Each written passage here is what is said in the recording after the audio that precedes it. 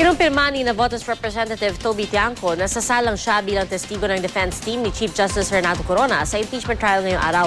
Itinanggi naman ni House Majority Leader Neptali Gonzales ang alegasyon ni Tiangco na hinaharang niya umano ang pagtestigo ng kongresista para sa depensa.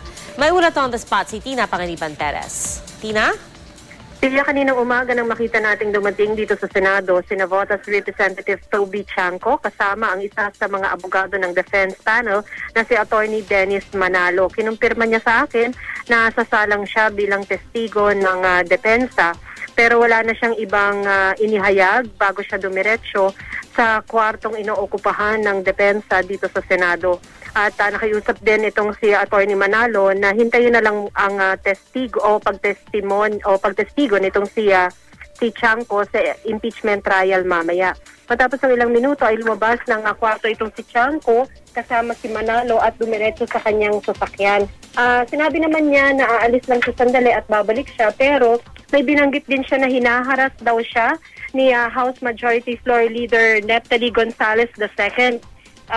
Hiningan namin siya ng dagdag na paliwanag pero ayaw kasi niyang huminto Pia para magbigay ng interview. All the while ay tumatakbo kami after him dahil tuloy-tuloy siya naglalakad sa kanyang sasakyan.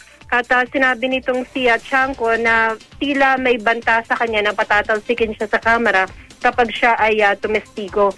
Pagkatapos umalis nitong si Tiangco ay nakita namin agad dito si Gonzales sa Senado at pinabulaanan niya na nakausap niya, kinontak niya, tinawagan niya itong si Tiangco at kahit sino raw sa mga leader ng Kamara ay hindi rin ito kinausap. Ayon kay Gonzales, in-interview siya ng ilang mga reporters sa print media at doon niya sinabi na gusto nilang paalalahanan itong si Tiangco na merong mga parliamentary principles na hindi pwedeng labagin katulad ng pagtalakay ng mga bagay na pinag-usapan ng mga kongresista sa isang caucus. Yan daw ay hindi pwedeng sabihin ng isang kongresista sa publiko. Pero hindi naman daw sila nagbabanta kay Tiangco, hindi rin daw sila natatakot sa anumang sasabihin nito sa impeachment trial. Malaya naman daw itong si Tiangco na tumestigo. Ang worry lang kasi nitong si Gonzales sa kanyang salita masyado raw kasi sigurong atat na sumikat itong si Congressman Tiangco. Kaya baka malimutan nito yung ilang mga parliamentary principles na kailangan niyang tandaan, lalo pat isa itong neophyte congressman. Sinabi pa nitong si Gonzales na wala ni isa man kahit si speaker na tumawag sa mga kongresistang gustong ipatawag ng depensa. Ayon naman dito kay Attorney Eduardo de Los Angeles, isa sa mga defense lawyer, nag-volunteer na tumestigo itong si Congressman Tiangco.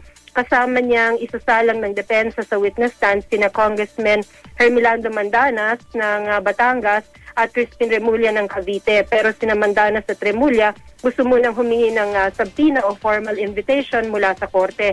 Ayon kay Los Angeles, sumulat na raw ang defense panel sa Senate Impeachment Court para padala ng dalawa ng sulat. Tia? Maraming salamat, Tina Panganiban Perez.